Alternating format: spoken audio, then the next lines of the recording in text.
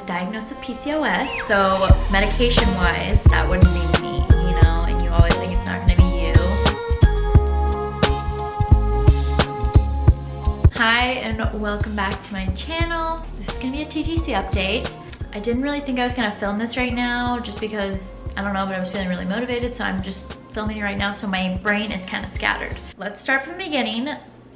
For my birthday, I think I might have told you, I flew up to Washington, and I was also gonna see my doctor and talk to her about how I haven't been ovulating or getting my period or anything like that, because within the last like 8 months I had like 3 periods, one of them being a medicated period. So I wanted to talk to her about that because obviously you know that me and Kyle are trying to have a baby, and we are both healthy individuals, and it's very confusing as to why I'm not pregnant yet. And my doctor had told me when I first started trying to get pregnant, when you hit like 6 months and if you're still not pregnant, like come in because like you're healthy, like you shouldn't have any problem. Well, turns out I do have a problem. So I went and saw her and we talked, we did some stuff, ran some tests, some blood tests and some other tests. And I was diagnosed with PCOS, so that's great. If you don't know what PCOS is, it's polycystic ovarian syndrome. I think that's how you say it. And I'm still learning everything. I am not like shocked by the diagnosis, to be completely honest. I really thought that's what I had, like probably like 3 months into trying to have a baby.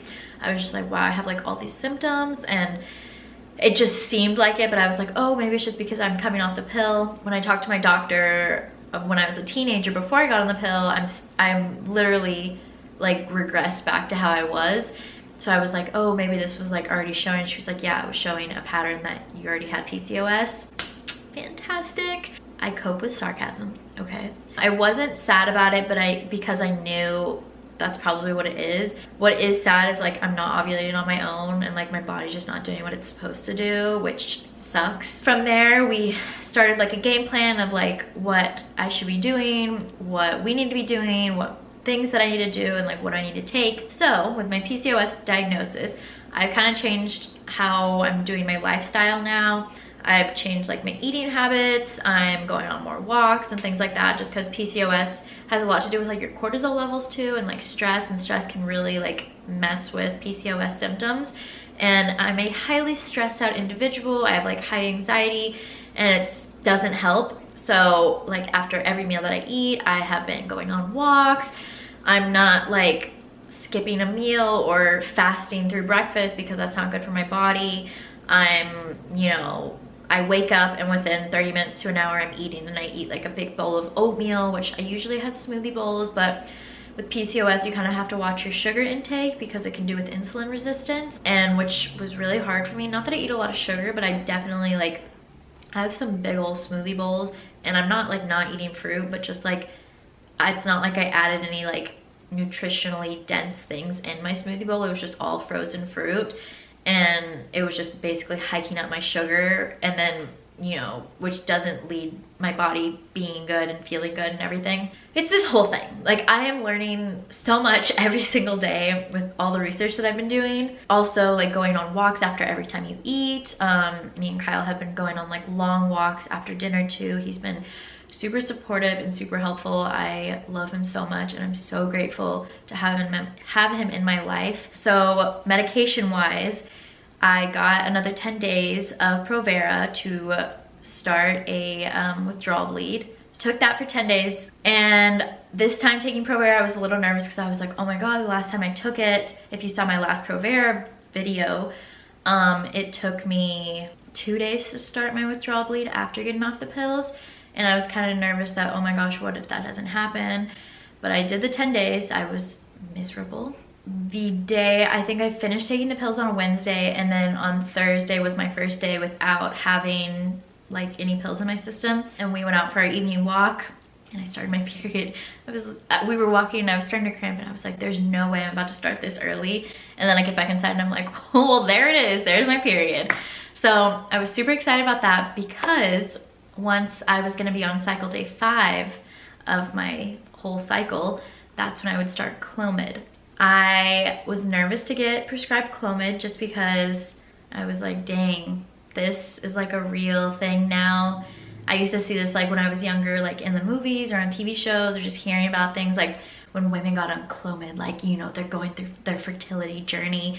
And I was always like, that wouldn't be me, you know, and you always think it's not gonna be you. But the more I've grown up and the more I've learned just in this whole TDC process is like, so many people struggle with getting pregnant and so many people struggle with like their reproductive system, and there's so many things out there, and I feel like it's just not talked about enough. Because like my mom struggled with her fertility but in a different way, like she had endometriosis, so it was just different, and she never like did fertility medications or anything like that.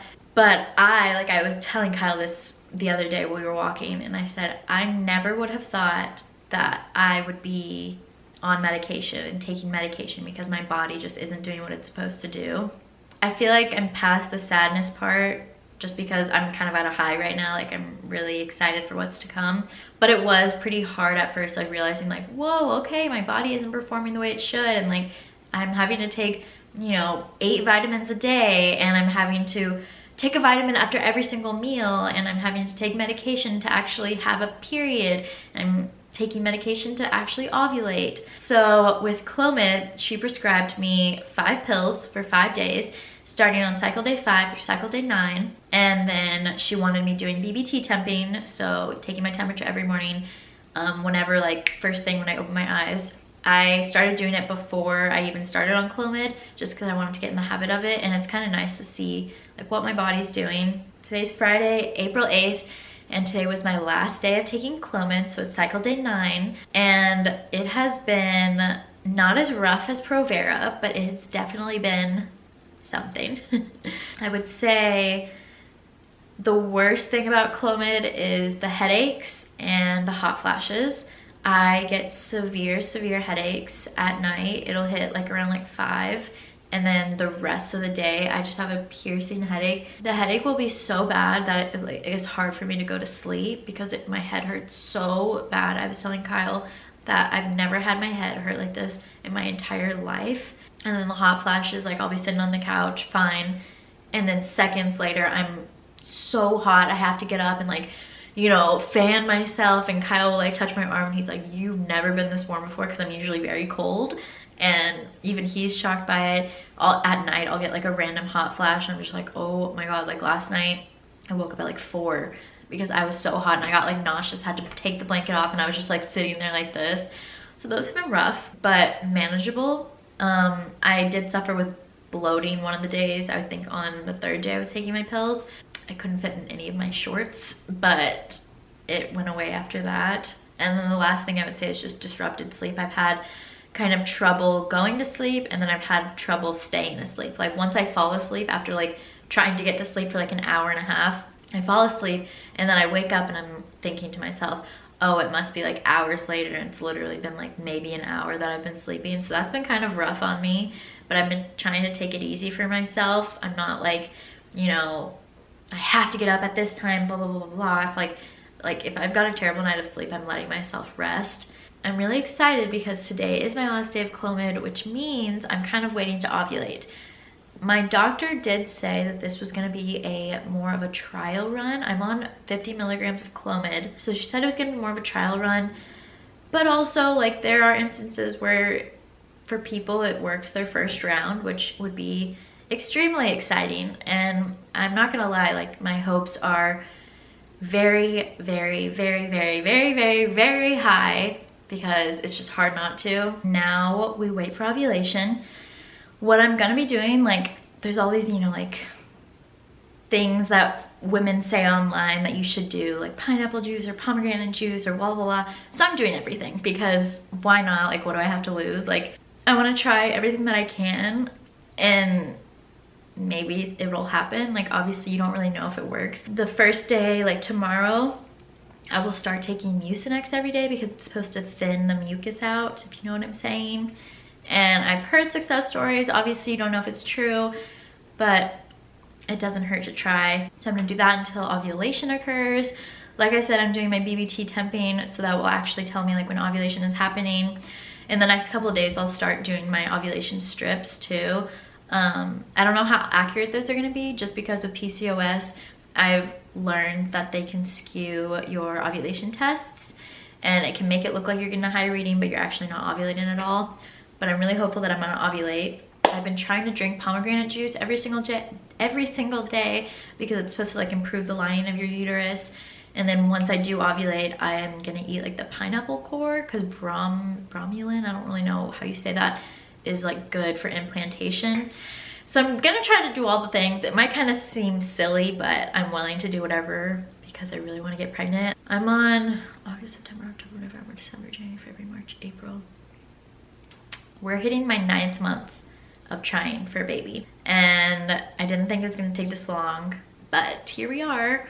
So it's kind of like a bittersweet, like I'm glad that I found out what I have and what's going on. I'm glad I got the ball rolling, but I'm also really sad that I'm having to do it this way and I can't just do it, you know, the easy way. Kyle has been a trooper getting through all of my mood swings with all the medication I'm on and just all of the things that I've been going through, and he's so supportive. Like Clomid has actually made me super emotional too, so I could literally cry.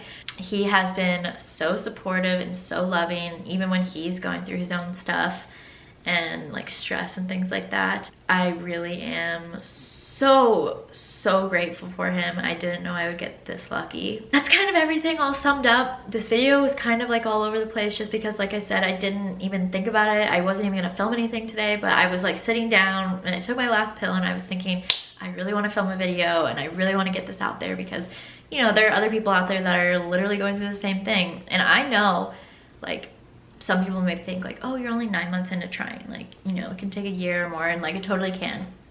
And I'm not gonna invalidate anybody else's experience. Like, I know people have it so hard. It took my mom 7 years to have my younger sister, so I see that it's hard, I get that.